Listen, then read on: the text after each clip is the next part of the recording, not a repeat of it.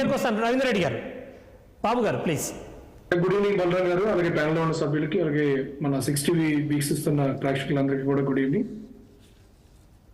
Yes చెప్పండి sir Balaram గారు. కానీ ఇప్పుడు ప్రధానంగా ఇవాళ ఉన్న ఎమోషన్స్, ఈ పరిణామాల నేపథ్యంలో రేపు పోలింగ్ బూత్ల కౌంటింగ్ బూత్ల దగ్గర ఎట్లా ఉండబోతుంది, కౌంటింగ్ సెంటర్స్ దగ్గర ఇవాళ ఇమోషన్స్ క్యారీ చేస్తే ఇవాళ కార్యకర్తలు ఇబ్బంది పడే పరిస్థితి వచ్చే అవకాశం ఉంది ఏంటి? అటువంటి నేపథ్యంలో జనసేనగా ఎట్లా చూస్తున్నారు మీరు?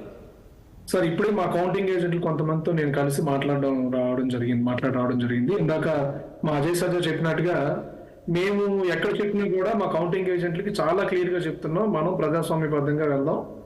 అలాగే వైసీపీ పార్టీ తరఫున వచ్చే కౌంటింగ్ ఏజెంట్లకి వాళ్ళు నాయకులే ప్రొవోక్ చేసి పంపిస్తున్నారు కాబట్టి అల్లాను సృష్టించండి, మనకి ఏమైనా తేడా ఉంటే ఇంకా అక్కడ గొడవ చేయండి అని చెప్పి వాళ్ళు ఎలా అయితే ప్రొవోక్ చేస్తున్నారో దానికి విరుద్ధంగా మనం ఏం చేయాలంటే చాలా పీస్ఫుల్ గా మన కౌంటింగ్ ఏదైతే ఉందో అది సజావుగా ఆ ప్రక్రియ సాగించేటట్టుగా ఆ ఎన్నికల సంఘం ఏదైతే ఉందో ఆ సిబ్బందికి మనం సహకరించేటట్టుగా చేయాలని చెప్పి ప్రతి ఒక్కరికి మేము చెప్పడం జరుగుతుంది. వేరే మీరు సజ్జల రామకృష్ణారెడ్డి గారి తాలూకా మీరు మాటలు వింటే కనుక ఇంటెన్షన్ మీకు చాలా క్లియర్ గా అర్థమవుతుంది. లేమెన్ లాంగ్వేజ్ లో చాలా క్లియర్ గా చెప్పారు ఆయన. చాలా అసలు గ్రామంలో ఉన్న సభ్యులకు కూడా చాలా క్లియర్ గా అర్థమవుతుంది. గొడవలు సృష్టించండి, మనకి రిజల్ట్ అనేది చాలా తేడాగా రాబోతుంది కాబట్టి గొడవలు సిద్ధంగా ఉండండి, అలాంటి వాళ్ళే కౌంటింగ్ లోకి వెళ్ళండి, లేదంటే వెళ్ళకండి అని ఒక ట్రేడ్ మార్క్ సెట్ చేస్తున్నారు. మరి రవీందర్ రెడ్డి గారు ఎందుకు వెనకేసుకొస్తున్నారో అర్థం కావట్లేదు. ఒకటండి, ఆల్రెడీ ఆంధ్రప్రదేశ్ ప్రజలు ఎవరికి ఆశీర్వదించాలి, ఎవరిని ఇంటికి సాగనంపాలని చెప్పి డిసైడ్ అయిపోయారు.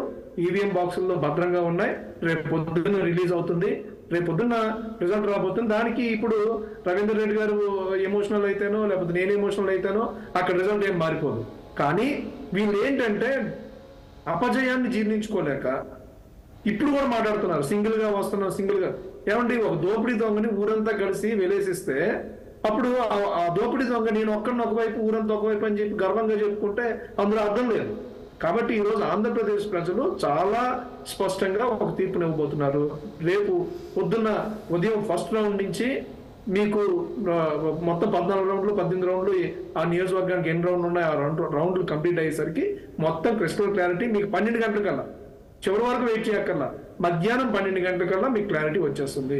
అప్పుడు నాకు తెలిసి మీరు ఒకవేళ డిబేట్కి ఎవరినైనా పిలవాలనుకుంటే వైసీపీ నాయకులు పెడమోహం పెడతారేమో అని చెప్పి నాకు డౌట్.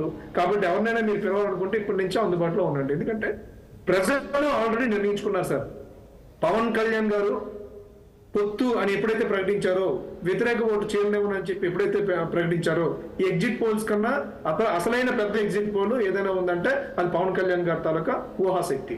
ఆయన ముందే ఊహించారు కాబట్టి ఈ పొత్తు అనేది చాలా అవసరం అని చెప్పి, రాష్ట్రానికి అవసరం అని చెప్పి ఆయన భావించి ఈ రోజు ఈ కూటమికి విజయాన్ని చేకూర్చే విధంగా పవన్ కళ్యాణ్ గారు తన నిర్ణయాలు తీసుకోవడం జరిగింది.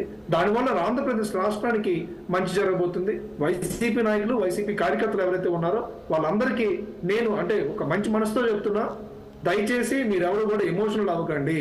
జగన్మోహన్ రెడ్డి ఏం పెద్ద మహానాయకుడేం కాదు, మహాత్మా గాంధీ కాదు. ఆయన ఎన్నో అవినీతి చేసి ఎన్నో అక్రమాలు చేసి ఈ స్థాయికి వచ్చాడు. ఏదో అనుకోకుండా 2019లో గెలిచాడు.